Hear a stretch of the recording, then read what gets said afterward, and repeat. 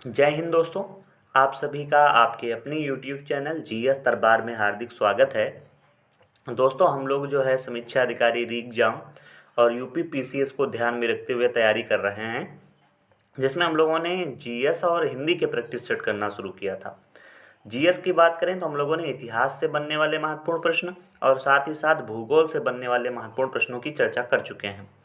आज इस वीडियो के माध्यम से पॉलिटी से बनने वाले महत्वपूर्ण प्रश्नों की चर्चा करेंगे। तो इसके पहले जितने भी वीडियो के माध्यम से हम लोगों ने प्रैक्टिस सेट किए हैं, उसकी लिंक जो है मैंने डिस्क्रिप्शन बॉक्स में दे दी है। आप वहां से जाके पूरी प्लेलिस्ट मैं उसमें दे दूंगा, आप वहां से उन सभी वीडियो को देख सकते हैं। देखते हैं दोस्तों, पहला प्रश्न है कि भारतीय संविधान के किस भाग में आपातकाल का उपबंध किया गया है। आपके ऑप्शन दिए गए भाग 15, भाग 16, भाग 17 या भाग 18। तो आपातकाल की बात की जाएगी तो भाग 18 में दिया गया है, तो ऑप्शन डी इसका सही जवाब है। बाकी आप सभी पता होना चाहिए कि भाग 15 में निर्वाचन है, भाग 16 में कुछ वर्गों में या कुछ वर्गों के लिए विशेष उपबंध, और भाग 17 में राजभाषा है, और भाग 18 में आपातकाल है। अगला प्रश्न देखते हैं। अगला दोस्तों प्रश्न है, निम्नलिखित पर विचार कीजिए। आंतरिक अशांति, सशस्त्र विद्रोह, बाह्य आक्रमण और चौथा है युद्ध। पर पूछा गया है कि उपरोक्त में से किस आधार पर अनुच्छेद 352 के तहत आपातकाल की उद्घोषणा की जा सकती है। ए बी सी, बी सी, ये जो 4 लिखा है इसको डी मानिएगा, इसमें सभी में डी है। अब बताइए, तो A B C, B C D, A C D या ए बी डी। तो देखो, जो अनुच्छेद 352 के तहत जो आपातकाल की उद्घोषणा की जाती है वह सशस्त्र विद्रोह, बाह्य आक्रमण और युद्ध के आधार पर की जाती है, तो इसका मतलब ऑप्शन बी इसका जो है सही जवाब हो जाएगा। इसके अलावा जो आंतरिक अशांति दिया है उसको आप सभी को पता होना चाहिए कि जो 44वां संविधान संशोधन था उसके द्वारा ये संशोधित किया गया था कि आंतरिक अशांति शब्द को हटा दिया गया है और इसके जगह पे जो शब्द प्रयोग किया जाएगा वह सशस्त्र विद्रोह प्रयोग किया जाएगा। इसलिए ये जो आंतरिक अशांति है ये है नहीं, तो इसलिए ये 3 दिए हैं या अनुच्छेद 352 के तहत आपातकाल की उद्घोषणा की जा सकती है। अगला दोस्तों प्रश्न है कि निम्नलिखित में से किस संविधान संशोधन में यह प्रावधान किया गया कि आपात की उद्घोषणा संपूर्ण भारत या उसके किसी भी भाग के संबंध में की जा सकती है। आपको संविधान संशोधन बताना है, 42वें संविधान संशोधन, 44वां, 51वां या 56वां। तो आपातकाल की उद्घोषणा संपूर्ण भारत में, तो ये किस संविधान संशोधन के द्वारा, 42वां संविधान संशोधन कब आया था, 1976 में। कब आया था, 1976 में आया था, इसी में यह बात की गई है। अगला प्रश्न, अगला दोस्तों प्रश्न है, 1975 में घोषित तृतीय राष्ट्रीय आपातकाल की घोषणा के समय भारत का राष्ट्रपति कौन था। ज्ञानी जैल सिंह, नीलम संजीव रेड्डी, फखरुद्दीन अली अहमद, शंकर दयाल शर्मा। तो ये जो 1975 में तृतीय आपातकाल की घोषणा की गई थी उस समय भारत के राष्ट्रपति कौन थे, फखरुद्दीन अली अहमद थे, तो ऑप्शन सी इसका जो है सही जवाब हो जाएगा। अगला प्रश्न देखते हैं। अगला प्रश्न है, राष्ट्रपति द्वारा की गई आपात की घोषणा कितने समय में दोनों सदनों के द्वारा अनुमोदित न होने पर स्वतः समाप्त हो जाएगी। 14 दिन, 30 दिन, इसके अलावा 60 दिन या जो है ऑप्शन डी 90 दिन। तो जो अगर जो है संसद के दोनों सदनों को, तात्पर्य है लोकसभा और राज्यसभा द्वारा अगर अनुमोदित नहीं किया जाता है तो स्वतः जो है 30 दिन बाद समाप्त हो जाएगी, तो ऑप्शन बी इसका जो है सही जवाब हो जाएगा। अगला प्रश्न देखते हैं। अगला दोस्तों प्रश्न है कि निम्नलिखित कथनों पर विचार कीजिए। राष्ट्रपति द्वारा आपात उद्घोषणा को वापस लेने के लिए संसद के दोनों सदनों का अनुमोदन आवश्यक होता है। राष्ट्रपति आपात की उद्घोषणा को पाश्चात्यवर्ती उद्घोषणा द्वारा कभी भी वापस ले सकता है। बताना है उपरोक्त में से सत्य हैं, केवल एक, केवल दो, एक दो दोनों या दोनों असत्य हैं। तो बताइए इसका सही जवाब क्या है। पहला दिया गया, राष्ट्रपति आपातकाल की उद्घोषणा को वापस लेने के लिए संसद के दोनों सदनों का अनुमोदन आवश्यक होता है। तो अभी आपने पीछे जाना था, तो ऐसा नहीं है, तो ये ऑप्शन ए तो गलत हो गया। दूसरा है, राष्ट्रपति आपात की उद्घोषणा को पश्चातवर्ती उद्घोषणा द्वारा कभी भी वापस ले सकता है। तो ऐसा है, इसलिए इसमें जो सत्य हो जाएगा वह ऑप्शन बी, केवल दो दोस्तों इसमें सही हैं। अगर बात करें पहले ऑप्शन की, तो वो आपने अभी जाना था कि 30 दिन के अंतर्गत वो अगर नहीं कार्रवाई होती है तो वापस हो जाता है। अगला देखते हैं। अगला प्रश्न है, निम्नलिखित में से कौन सा कथन सत्य है। आपात के प्रवर्तन के दौरान संघ राज्य को निर्देश दे सकता है कि वह अपनी कार्यपालिका शक्ति का किस रीत से पालन करे। दूसरा दिया, संसद राज्य सूची के किसी भी विषय पर कानून बना सकती है। और तीसरा दिया है, संसद द्वारा बनाई गई विधि उद्घोषणा के प्रवर्तन में ना रहने पर 6 माह बाद समाप्त हो जाएगी।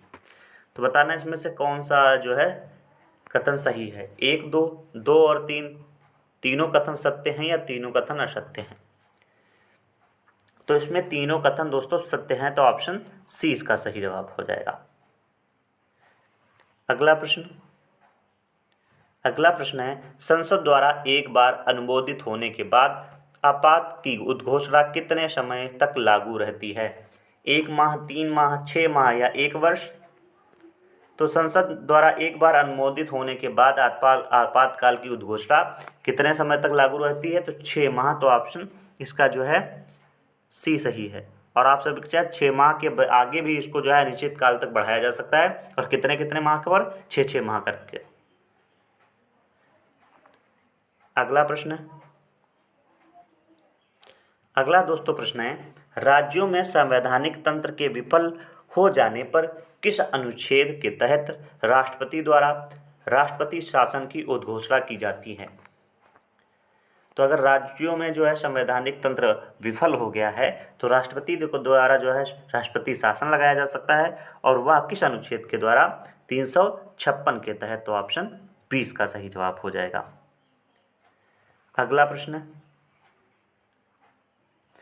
अगला दोस्तों प्रश्न है, आपातकाल के दौरान मूल अधिकारों पर पड़ने वाले प्रभाव के बारे में किस अनुच्छेद में प्रावधान किया गया है।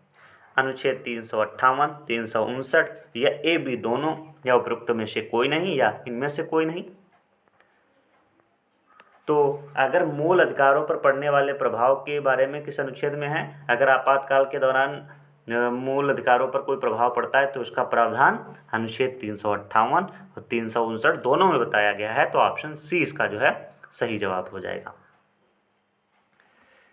अगला प्रश्न है, किस राज्य में राष्ट्रपति शासन लगाए जाने के विषय में निम्नलिखित कथनों पर विचार कीजिए। पहला दिया है, राज्य विधानमंडल की शक्तियां संसद द्वारा प्रयोग की जाएंगी। दूसरा दिया है, राष्ट्रपति संबंधित राज्य के उच्च न्यायालय में निहित शक्तियों को अपने हाथ में ले लेता है। उपरोक्त में से सत्य है। अगर राष्ट्रपति शासन लगाया गया है तो इसमें जो दो कथन दिए हैं, क्या वो दोनों सत्य होंगे। तो पहला है, या केवल एक, केवल दो, एक दो दोनों, या दोनों सत्य हैं। तो दोस्तों इसका जो सही जवाब होगा केवल एक सत्य है। कहने का तात्पर्य यह है कि इसमें जो पहला दिया गया है कि राज्य विधानमंडल की शक्तियां संसद द्वारा प्रयोग की जाएंगी, यह सही है। लेकिन राष्ट्रपति संबंधित राज्य के उच्च न्यायालय में निहित शक्तियों को अपने हाथ में ले लेता है, तो ऐसा नहीं है। इसलिए जो है ऑप्शन ए ही सही था। अगला प्रश्न है, किसी राज्य में राष्ट्रपति शासन अधिकतम कितने दिन तक लागू किया जा सकता है। 6 माह, 1 वर्ष, 2 वर्ष या 3 वर्ष।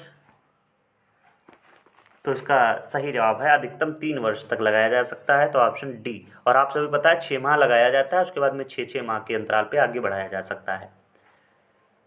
अगला प्रश्न पूछा गया है, भारत में वित्तीय आपातकाल की घोषणा अब तक कितनी बार की गई है। 1 बार, 2 बार, 3 बार या 1 बार भी नहीं। तो वित्तीय आपातकाल की घोषणा अभी तक एक बार भी नहीं की गई है, तो ऑप्शन डी इसका जो है सही जवाब हो जाएगा।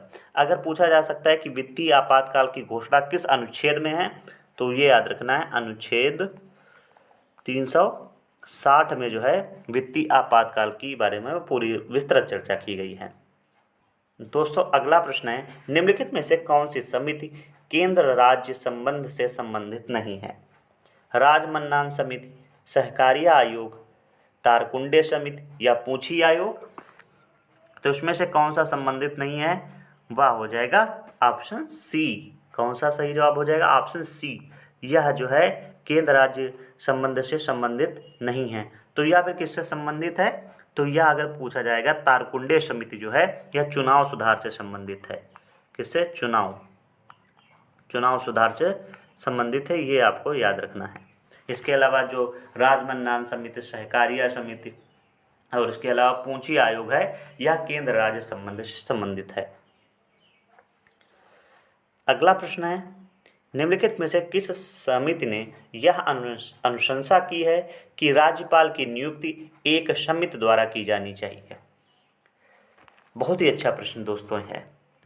पहला ऑप्शन दिया है वेंकट चेलैया समिति, दूसरा सरकारिया आयोग या आनंदपुर शाही प्रस्ताव या राजमन्नान समिति। तो जो राज्यपाल की नियुक्ति है वह एक समिति द्वारा की जानी चाहिए। यह जो है अनुशंसा किसने की है, किस समिति ने की है? तो वेंकट चेलैया समिति द्वारा। तो ऑप्शन ए इसका जो है सही जवाब हो जाएगा। आगे बढ़ते हैं। अगला प्रश्न है, पंचायत राज व्यवस्था को मजबूत बनाने के लिए ग्रामोद्धार समिति का गठन किसकी अध्यक्षता में किया गया था? बलवंत राय मेहता, पी.के. थुंगन, अशोक मेहता या डॉक्टर पी.वी.के. राव? तो ग्रामोद्धार समिति का गठन किसकी अध्यक्षता में किया गया था? तो इसका सही जवाब है ऑप्शन ए बलवंत राय मेहता। बलवंत राय मेहता की अध्यक्षता में ग्रामोद्धार समिति का गठन किया गया था। अगला प्रश्न,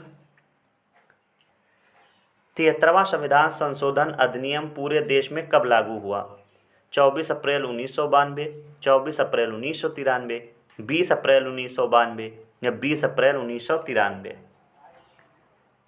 तो इसका सही जवाब क्या हो जाएगा? जो 73वां संविधान संशोधन था वह पूरे देश में 24 अप्रैल 1993 को लागू किया गया था। तो ऑप्शन इसका सही जो जवाब हो जाएगा ऑप्शन बी इसका सही जवाब होगा। अगला प्रश्न है, थोड़ा ध्यान से पढ़िएगा। निम्न में से कौन सा कथन सत्य है? 74वें संविधान संशोधन द्वारा ग्राम सभा को संवैधानिक दर्जा प्रदान किया गया। किसी ग्राम की निर्वाचक नामावली में दर्ज नामों वाले व्यक्तियों को सामूहिक रूप से ग्राम सभा कहा जाता है। ग्राम सभा में केवल एक ही गांव शामिल किया जा सकता है। यह ऑप्शन डी है, ग्राम पंचायत ग्राम सभा के कार्यों का निरीक्षण सब मूल्यांकन करती है। तो इसका सही जवाब क्या हो जाएगा? इसमें जो सत्य है वह ऑप्शन बी।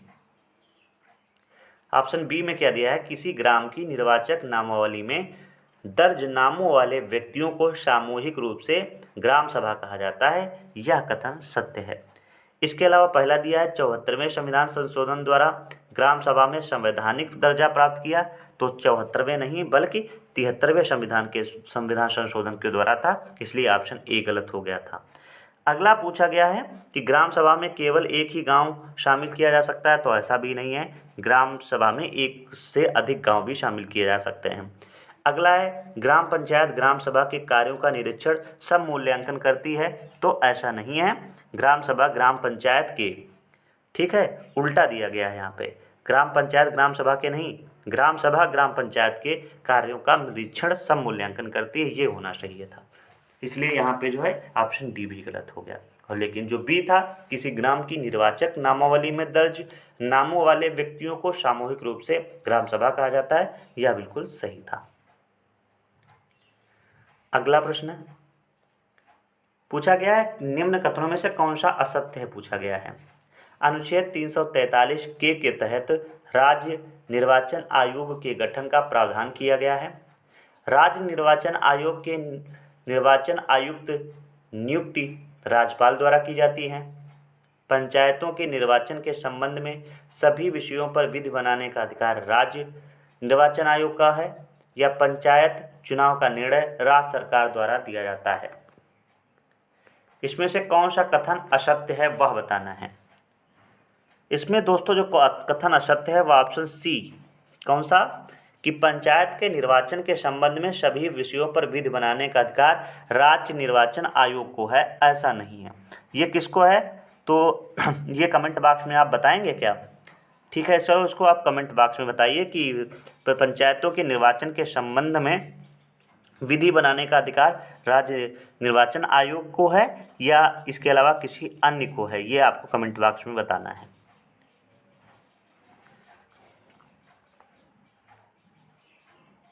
अगला प्रश्न है, यदि कोई नगर पालिका समय से पूर्व विघटित कर दी जाती है तो निर्वाचन पश्चात गठित नई नगर पालिका कितनी अवधि के लिए कार्य करेगी?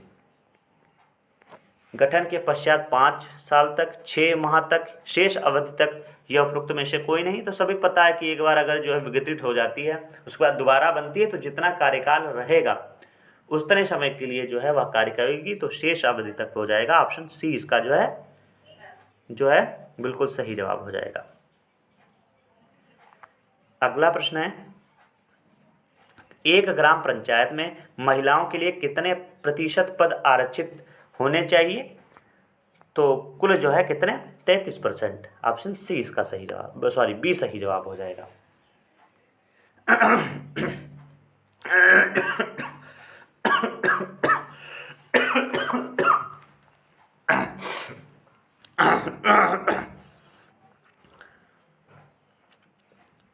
दोस्तों अगला प्रश्न है, एक पंचायत के भंग होने के माह के अंदर नया चुनाव कराया जाएगा।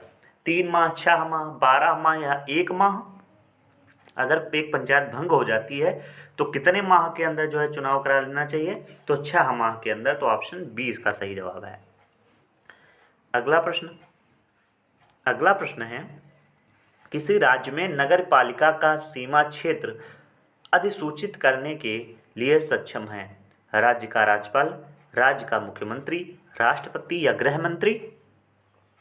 तो राज्य का राज्यपाल, ऑप्शन ए इसका सही जवाब हो जाएगा।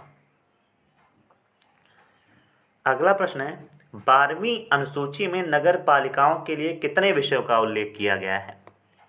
18, 28, 12 या 11? तो इसका सही जवाब हो जाएगा 18 विषय के बारे में चर्चा की गई है, तो ऑप्शन ए इसका सही जवाब हो जाएगा। अच्छा, और बताइए 11वीं अनुसूची में कितने विषय का प्रावधान किया गया है? कमेंट बॉक्स में बताएंगे। और इसके अलावा जो 12वीं अनुसूची थी वो किस संविधान संशोधन के तहत जोड़ी गई थी? तो ये भी याद रखना है। तो हम बताएंगे 74वें संविधान संशोधन 1992 में जो है यह सूची जोड़ी गई थी। अगला प्रश्न है, भारत का पहला नगर निगम स्थापित हुआ कलकत्ता में, मद्रास में, पटना में या अजमेर में?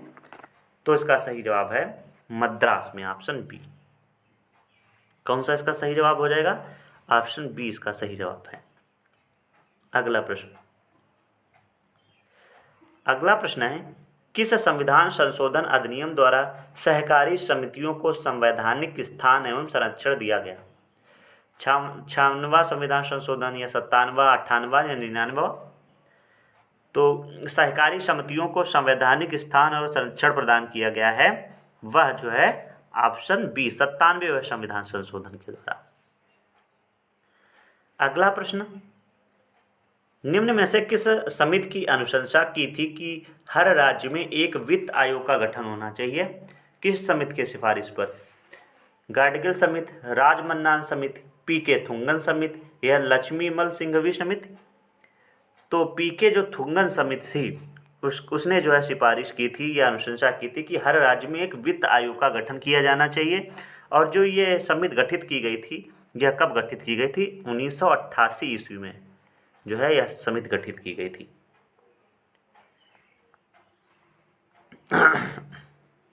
अगला प्रश्न है, संविधान का कौन सा भाग सहकारी समितियों से संबंधित है? भाग 9 का, भाग 14 का, भाग 15 या भाग 19? तो इसका सही जवाब है नौखा, भाग नौखा में इसका वर्णन किया गया है। तो ऑप्शन इसका जो सही बिल्कुल जवाब होगा वह ऑप्शन ए। अगला प्रश्न है, राज्य निर्वाचन आयोग का मुख्य कार्य है विधानसभा चुनाव संपन्न कराना, विधान परिषद चुनाव संपन्न कराना, ग्राम पंचायतों का निर्वाचन संपन्न कराना, या उपरोक्त में से कोई नहीं। तो राज्य निर्वाचन आयोग का जो मुख्य कार्य है वह ग्राम पंचायतों का निर्वाचन संपन्न कराना है। तो ऑप्शन सी इसका जो है सही जवाब है।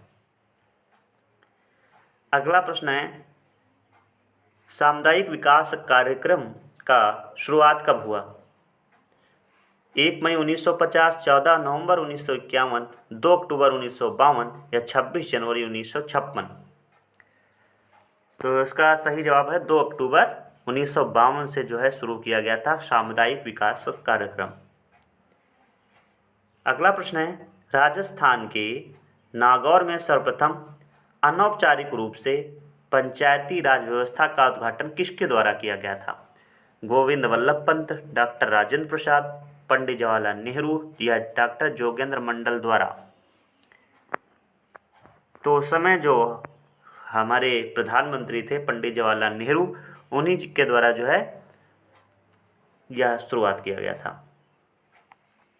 अगला है, उच्चतम और उच्च न्यायालय के अतिरिक्त सभी न्यायालयों का गठन किसके द्वारा किया जा सकता है?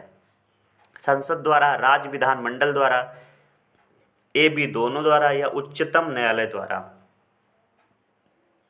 तो इसका सही जवाब है संसद द्वारा या राज्य विधानमंडल द्वारा। तो ऑप्शन सी इसका जो है सही जवाब है, दोनों द्वारा।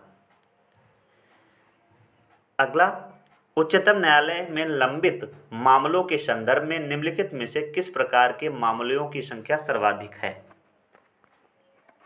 देखते हैं। पहला प्रश्न है, स्पेशल लीव पिटिशन या जनहित याचिका, पुनर्विचार याचिका या रिट याचिका? तो इसका है special leave petition, option A इसका सही जवाब है। अगला प्रश्न, निम्नलिखित में से कौन सा सुमेलित नहीं है? उच्चतम न्यायालय से परामर्श करने की राष्ट्रपति की शक्ति अनुच्छेद 143, तदर्थ न्यायाधीशों की नियुक्ति 131, कुछ दशाओं में दोनों सदनों की संयुक्त बैठक 108 या उपराष्ट्रपति का राज्यसभा में पदेन सभापति होना अनुच्छेद 64। इसमें से जो सुमेलित नहीं है वह आपको बताना है। तो इसमें जो सुमेलित नहीं है वह तदर्थ न्यायाधीशों की नियुक्त अनुच्छेद 131 यह जो है सुमेलित नहीं है। क्यों?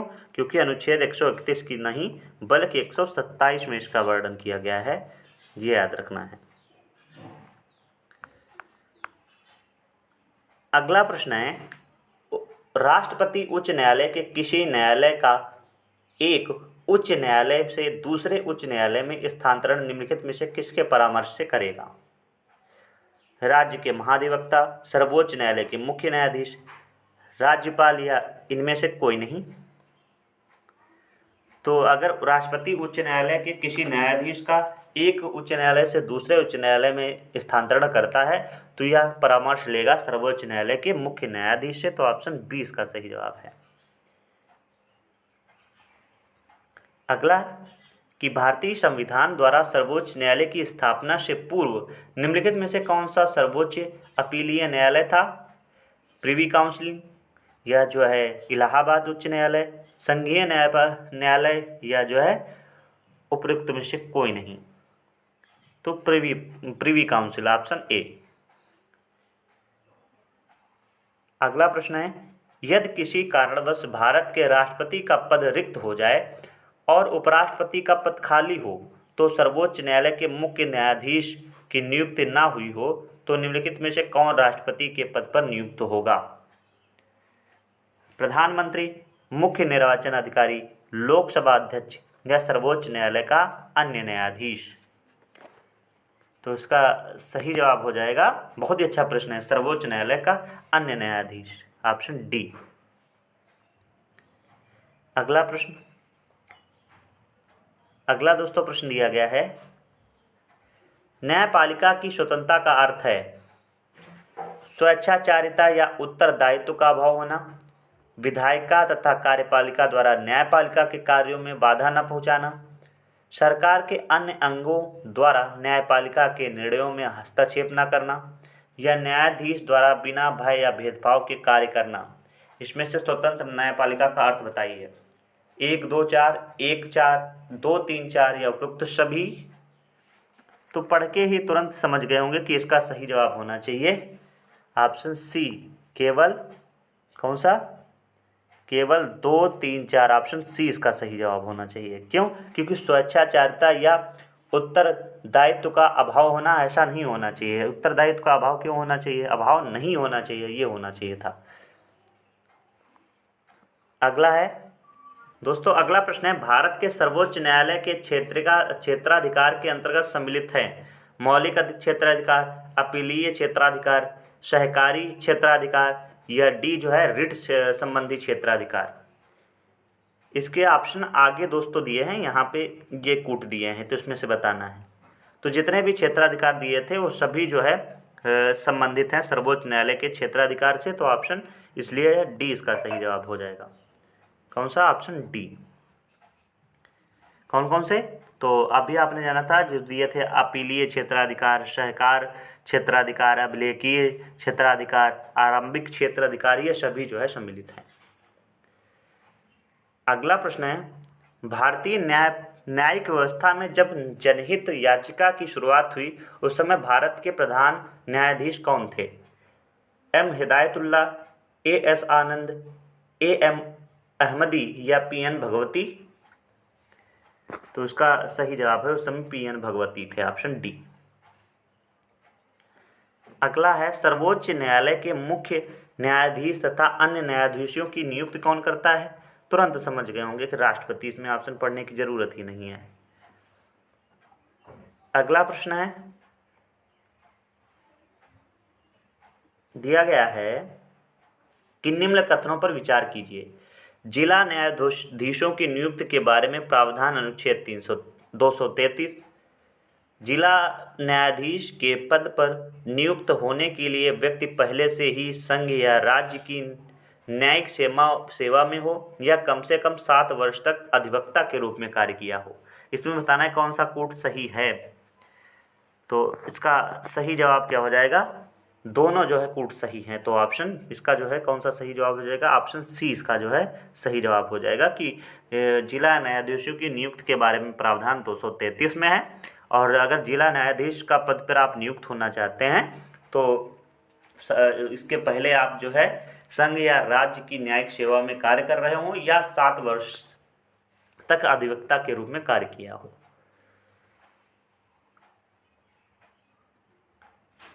अगला प्रश्न है कि भारत में मोबाइल कोर्ट को किसके मानस पुत्र की संज्ञा दिया गया है?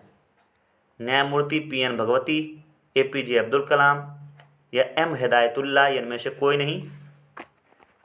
तो इसका सही जवाब हो जाएगा option B, doctor APJ Abdul कलाम।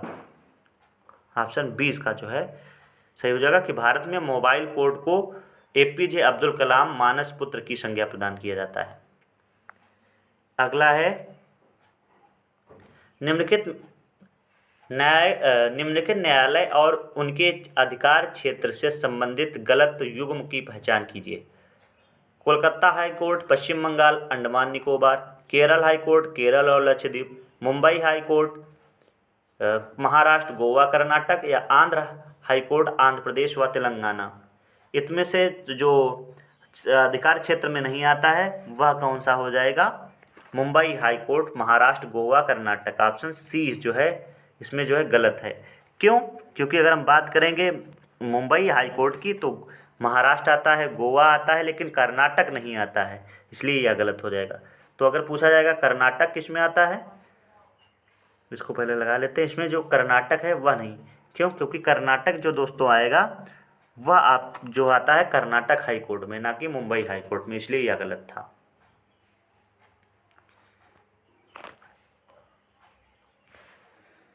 दोस्तों अगला प्रश्न है, उच्च न्यायालय के न्यायाधीशों की योग्यता से संबंधित गलत कथन पर विचार कीजिए। पहचान करना है कि वह भारत का नागरिक हो, भारत राज्य क्षेत्र में कम से कम 7 वर्ष तक न्यायिक पद पर कार्य कर चुका हो, एक या अधिक राज्यों के उच्च न्यायालयों में लगातार कम से कम 10 वर्ष तक अधिवक्ता रह चुका हो, या बी और सी दोनों कथन सही हैं।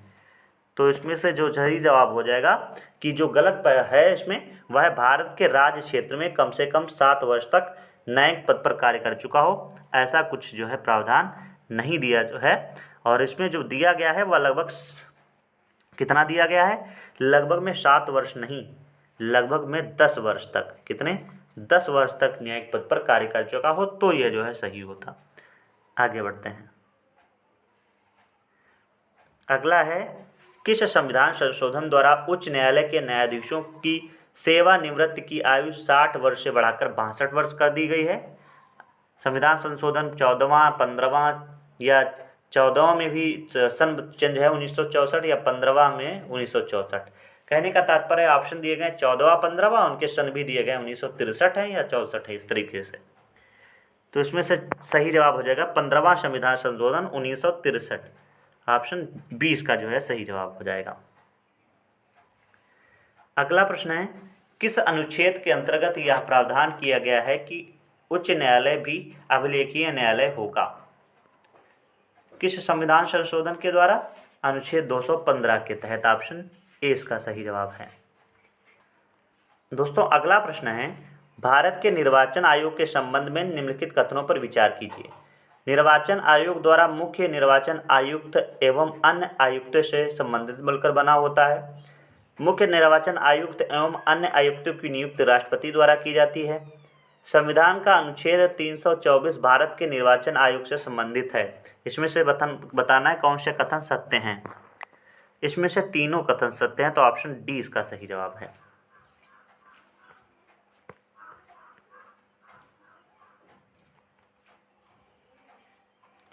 दोस्तों अगला प्रश्न है, भारत के निर्वाचन आयोग के संबंध में निम्न पर विचार कीजिए। दोस्तों अगला प्रश्न है, भारत के निर्वाचन आयोग के संबंध में निम्न पर विचार कीजिए। निर्वाचक नामावली तैयार करना, निर्वाचन की तिथि निर्धारित करना, राजनीतिक दलों को निर्वाचन चिन्ह आवंटित करना। इसमें से भारत के निर्वाचन आयोग के कार्य बताना है। तो इसका सही जवाब है 1 2 3, तीनों जो है कार्य हैं इसके। और दोस्तों आज का यह अंतिम प्रश्न है प्रैक्टिस सेट का, दिया गया है दोस्तों अंतिम प्रश्न है, संघ लोक सेवा आयोग में कार्यवाहक अध्यक्ष की नियुक्ति कौन कर सकता है? तो राष्ट्रपति कर सकता है, तो ऑप्शन ए इसका सही जवाब है। तो दोस्तों इस तरीके से हम लोगों ने यह भी प्रैक्टिस सेट लिया है। आप सभी को यह वीडियो कैसा लगा है कमेंट बॉक्स में ज़रूर बताइएगा। धन्यवाद।